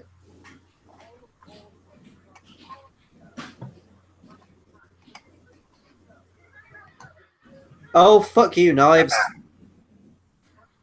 What? Oh, we've got a comment. I've only just seen this. I'm not sure how long ago it was. Okay. But it says, yes, you seriously need to watch more of them, Chris. Sheila. I'm not sure what that was in reference to. How long ago was it, did you say? I cannot see at this present moment in time. You need to watch more of them. I know Sheila. I went to university with her. She watches a couple of our videos on the channel. What could she be referred to? You need to watch more of them. What do you need to Edgar Wright watch movies, more of, 'cause Chris? we always need to watch Edgar Wright movies. Everybody needs to just absorb Edgar Wright movies. Mary Elizabeth Winstead movies. This Sky High, you know. No, You people remember need to watch Sky more High? of Brooklyn. Yes. And Kubo and the Two Strings. Go watch Brooklyn, then watch Kubo. Actually, no. Watch Kubo first because it might be going off the cinema very soon. Yes, and then definitely watch Oh no, Brooklyn. maybe wait. Yes. Maybe she means our movies, our videos. Maybe she says that everybody should watch more of our videos. Yes. But that implies she put my name at the end, so that implies that I need to watch more of my own videos that we're providing as content on the channel. You should go watch them back. Maybe there's something hidden Maybe. there, like a secret thing.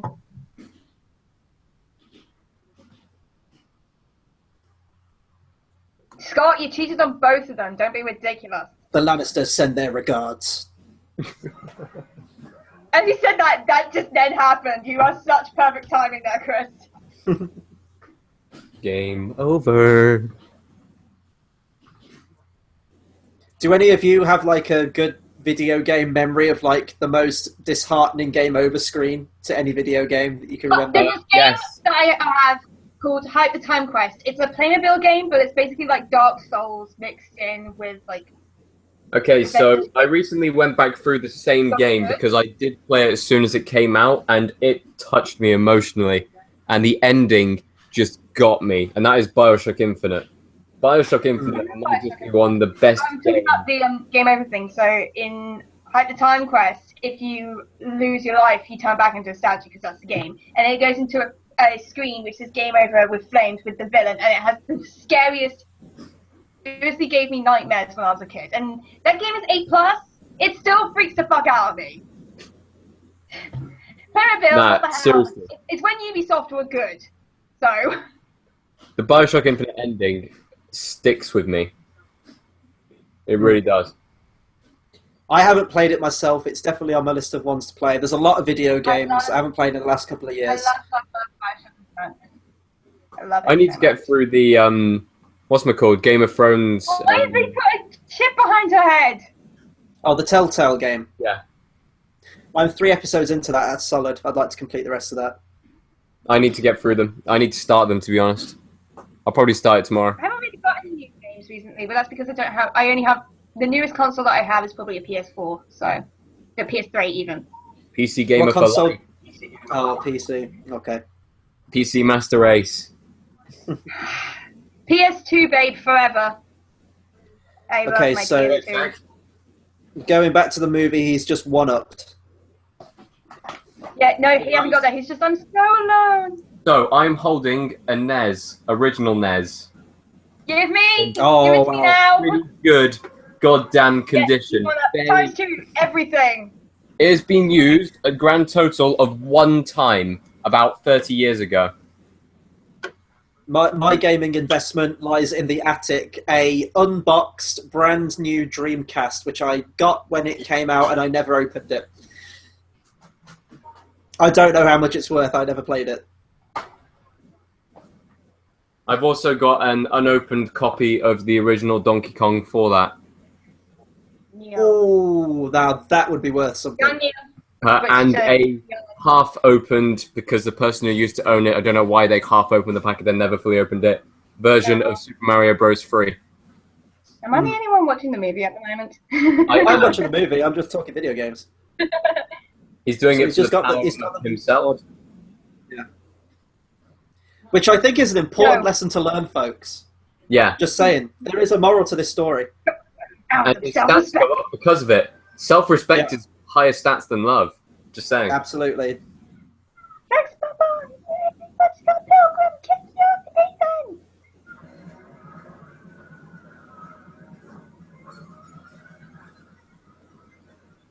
So this is Scott repeating the level of the game he just completed because he died. Yep. Let's die here. Is the still gonna smash again? Well, if you watched the movie, you would find out. Oof. Smooth, Scott. And Knives has just swung in and kicked the shit out of Ramona. Now. Knives just swung in. Okay. One day we will do a timestamp 0 where all of the people participating are in sync. But But it is not this day. One can Yeah. dream. No, I've just got to where Scott is saying that he's cheated on both of them. Yeah, I got to that part well. Where are you, Chris? Yeah, I'm at the same. And Mary Elizabeth Winstead is about to remove her chip, and she just removes the chip. Yeah, chip removed. Never felt better. Yeah. Man, he doesn't need any cigarettes because he's smoking hot.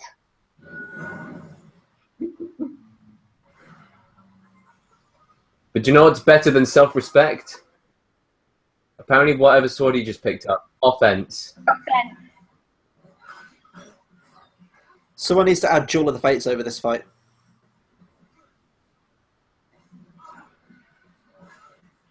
I love how he's just chewing gum throughout the whole of this. I mean, really. The way that the actor playing Gideon plays the character in this, it's like a cross between Steve Carell and Ben Stiller. Yeah.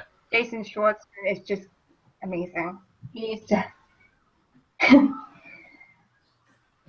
made me swallow my gum. Actually, that's been proved to be a lie. Your gum isn't in your body if you swallow it for 7 years.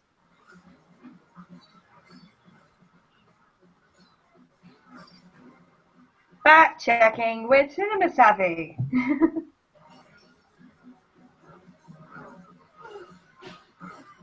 It's over, Knives. I have the high ground.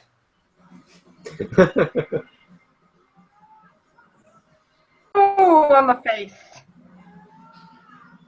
God. See, Scott was putting up a decent fight up until that moment. Smash. Does that mean he doesn't have any self-respect anymore?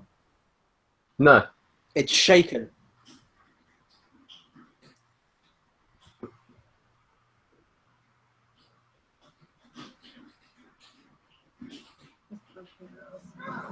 Oh. Wait, this is now the second movie where I've seen the bad guy beaten by a kick in the balls. He wasn't beaten first by being- him, was he? Oh, that's true, yeah. He wasn't. He was just. Okay, I guess the one and only will always be the Mighty Morphin Power Rangers movie with Ivan Ooze, where they deliver the final blow to the nuts and he gets pushed into a meteor in space and gets blown up. Are you ready for this? 2-player mode. Let's go! That sounds like a revolution thing, Chris.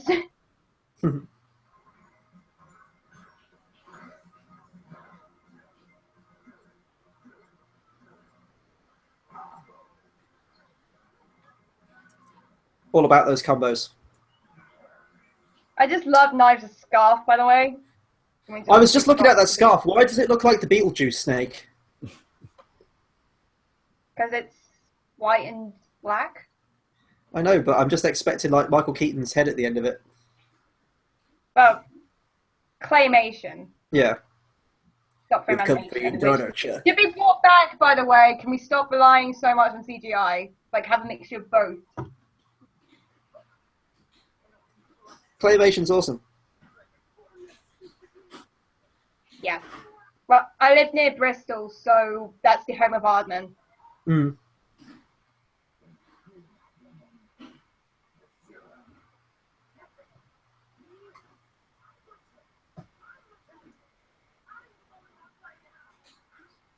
Literally.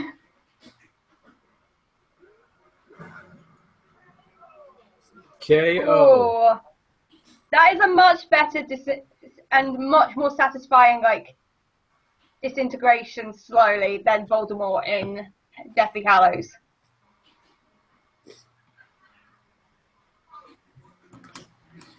Scott looks like he's won a game show. Wow. Wow.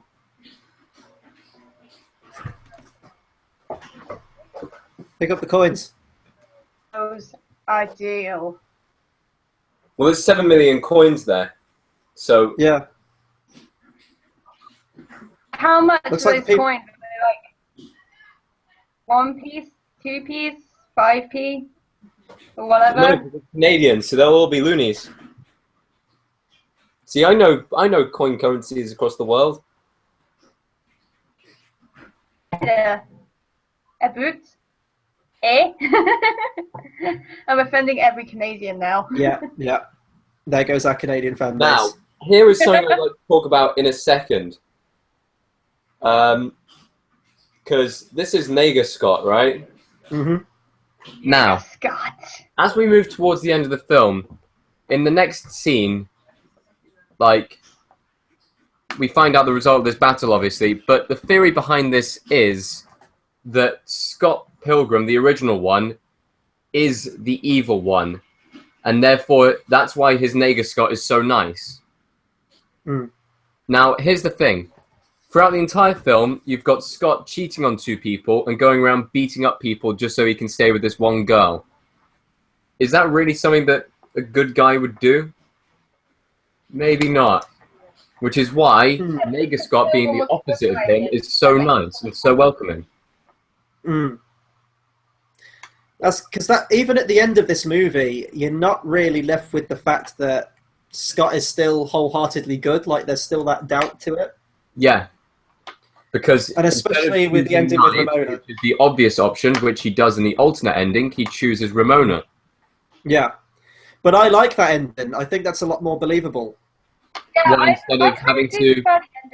Yeah. So instead of... The 2 endings are he either chases the pixie girl into the rabbit hole, or he confronts Ramona with the person who suits him better. Hmm. No, I'm glad they go with this ending because it kind of did catch everything up. Ramona for the whole film. You Yeah. gotta have that kind of conclusion, otherwise the whole thing would just be for nothing. That's how Well, I no, see because it's the whole idea of actually dealing with being with someone who maybe you sometimes don't get along with. And throughout this entire film, I know he's chasing Ramona, but Knives is chasing him, and Knives puts in the effort, whilst Scott just kind of falls into Ramona and tries and tries and tries with her. And it's whether he's willing to sacrifice or not. Knives is the bigger person here and manages to let Scott go, whilst in the original comics, Scott ends up with Knives. So I don't know, I think it suits all the characters better where they leave off at sort of this part in the film. Like, Knives has matured herself. Yeah. And it's ultimately her decision here where she says, look, go after her. So the decision comes from her. So she's become a bit more forthright. Yeah. Scott still feels like he's kind of lost, but it feels like he has a more clear goal in mind now. Like he's going after one rather than playing the 2 off the other. And really that just leaves Ramona. And we have this scene here where she's smiling. And it seems like there's that kind of the change. But we talk about bittersweet endings to movies. And I like the ending to this movie because ultimately Scott could just end up another Evil X in a couple of years' time. Like there's that unknown quality as to how the relationship's going to progress. It's like the end of going back to the comparison of Eternal Sunshine of the Spotless Mind, where towards the end of the movie, ending. Spoiler alert, Kate Winslet's character's like, yeah, but in a few years, like I'm going to hate you, you're going to hate me, and everything's going to go terribly. And Jim Carrey's character's just like, okay, let's just give it a shot. And that's kind of what this ending's like to me. It's very similar in style, I think.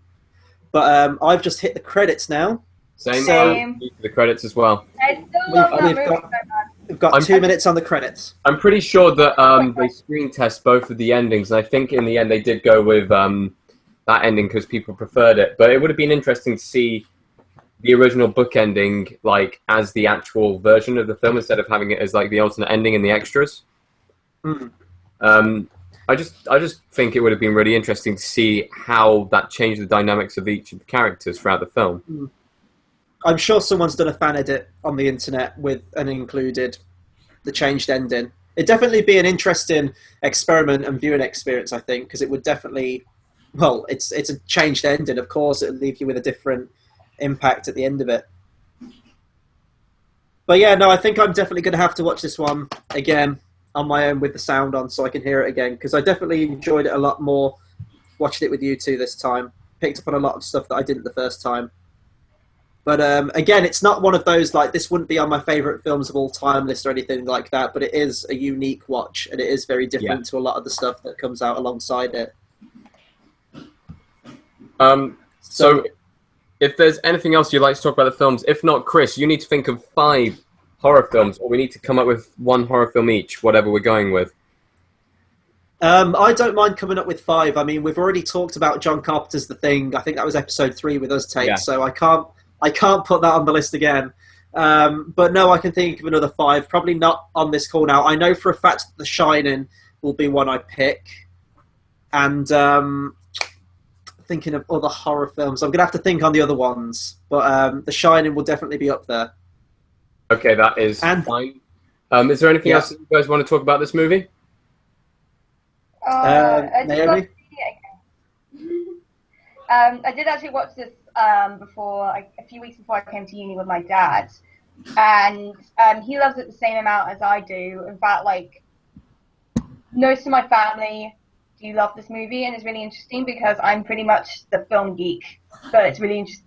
What I see from my family is like the different opinions and different levels of film, and most of them, even if they're not like big gamers, they still appreciate this film with the stylistic choices, characters, the music especially.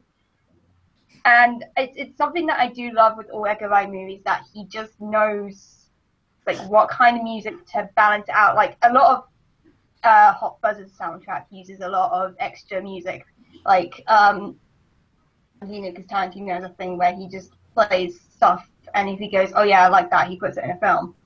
That's why this Pulp Fiction soundtrack is amazing. Anyway, digressing. He just, like I said earlier, he knows what to keep in from his inspirations, but he also has his own way of making a difference and putting his stamp on the film industry.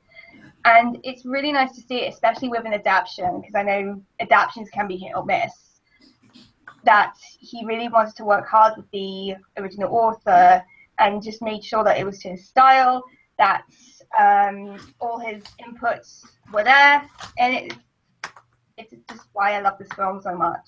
I mean, yes, there are flaws, and I can see about like Scott's character arc, or just the character of Ramona being very, very cold. Some of the fight sequences maybe just being a bit weird, how we don't really see that much of Envy even after what happens. But at the end of the day, I still come away from that movie all the time just with an amazing feeling. So what can I say? The very, very final thing I'll say on the movie, Tate, you were talking about Envy's sort of character arc and how she has a better sense of self at the end. Do you think there's a comparison there between how Ramona ends the movie as well? I'm going to say yes. I'm going to say that, like, by the end of the movie, you feel like Ramona has kind of understood that throughout the film, she's always kind of self-criticizing herself, saying, look, I was a slut, I slept around with people, I did all these things, and then I dumped them. And she says all the way throughout the film that she's trying to change. Sometimes you see it like she is trying to change, just like in the ending. Sometimes, just like with Battle Number 4 at the end of that, where it really does him aback that he is possibly another X waiting to happen. So it'd be very interesting. If we're going to go and say whether she stays with him, I don't think she does. I think that's very clear from the ending. Like, Scott's willing to go with her, and she's like happy to have him tag along, but in the end, it really is only a fleeting moment. And Scott's willing to take that over like Knives at the time, which is a bit of a cynical ending, but hey. Both of them to each other an attractive option at that time, I think. Yeah. And I mean, that's quite a cool ending. Like, that's not an ending that's used a lot. But yeah, so I've pretty much said everything I can on Scott Pilgrim versus the World. If you two have, we'll round out. Yep. Yeah, okay. pretty much so. So that'll do it for our live stream on Scott Pilgrim versus the World. Not as many sync problems this time, certainly not as many as Sunshine, but no, this was fun doing this one again. So that will conclude episode 6 of Timestamp 0. As we said, episode 7 will be my choices, and as it will fall in the month of October, Halloween, the greatest day of the year in my opinion, I will be picking all horror films. Tate, I feel really bad for you because you're not really the horror guy, but I'll try and go easy on you and pick ones that aren't as scary as some. I won't be there on Halloween, will I? No, so we'll have to get this one out a lot sooner. Everybody that is there, we're all going to have to dress up. We're all going to have costumes because it's Halloween. And I'm down for that. cosplays. But Tate, we'll bring up that news. We'll do a separate video on that, Cool. I think, later down the road. But yeah, so that will do it for today. Be sure to hit that subscribe button. There's loads of other content we bring out. We do movie reviews, episodes of this, obviously. We have Battle of the Brackets, which is a really, really fun show. Our next episode of that will be on the greatest original scores of all time. We want to get out soon as well. Yeah, I'm definitely. representing this film, so yeah. And there'll be reactions from me as well. I did two today. I did The Fantastic Beasts and Where to Find Them and the latest Doctor Strange TV spot, so you can check those out on our channel. So please do hit that subscribe button. And until the next video, we'll see you guys next time. Thanks for watching.